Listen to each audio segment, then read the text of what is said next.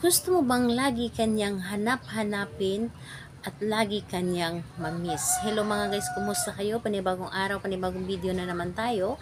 And sa araw na ito ay isa na namang video ang aking ituturo sa inyo na simpleng gabay o simpleng pamamaraan na makakatulong sa atin. At bago ang lahat, gusto ko lang mag-disclaimer sa mga taong hindi naniniwala at hindi gusto ang mga kagaya nitong video, please skip this video and maghanap kayo ng videos na gustong gusto nyo dahil ang video na ito ay para lamang ito sa mga taong naniniwala and gusto mag-try.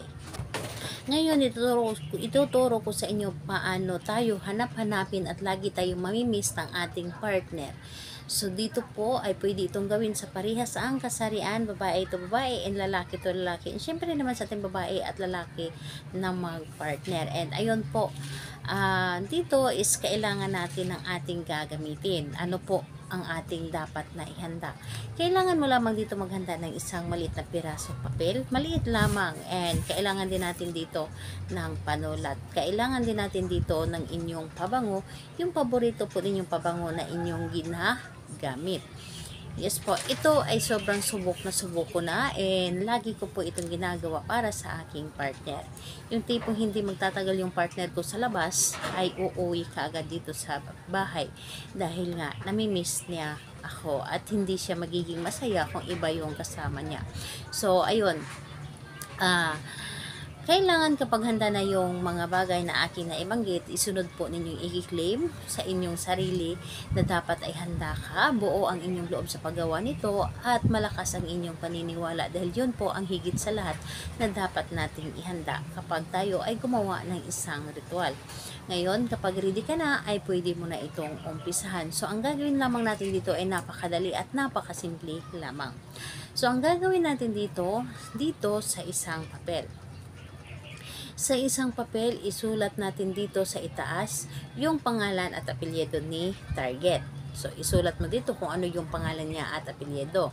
And dito sa ibaba, isulat po ninyo dito ay mamimiss mo ako at lagi mo akong hanap-hanapin. Dito po sa ibaba ha. Isang bisis mo lamang pangalan, apelyido.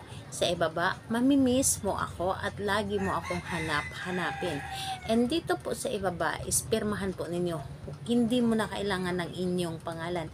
Pirma lamang. So, ayun po, kapag napirmahan mo na ito, kunin mo ito or kunin mo ang inyong paboritong pabango na inyong ginagamit. And dapat po, yung pabango na yun ay sa iyo. Hindi mo dapat ito hiniram sa iba. Yung sarili mo itong gamit. Isprayhan mo ito ng isang spray lamang. Isang spray lamang at kapag na-sprayhan mo na ito, ang gagawin po ninyo dito sa iyong pulso ay ipapahid mo lamang ang papel.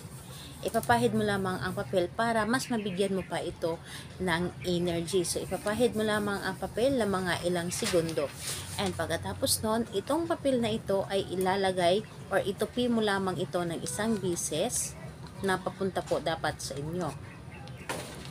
At ito po ay ilagay po ninyo doon sa ilalim ng inyong ginagamit na unan sa gabi-gabi. So, ilagay po ninyo ito at lagi ninyo itong higaan or lagi ninyo itong ilagay doon and hayaan ninyo na maramdaman ng partner ninyo na ito ay gumana na.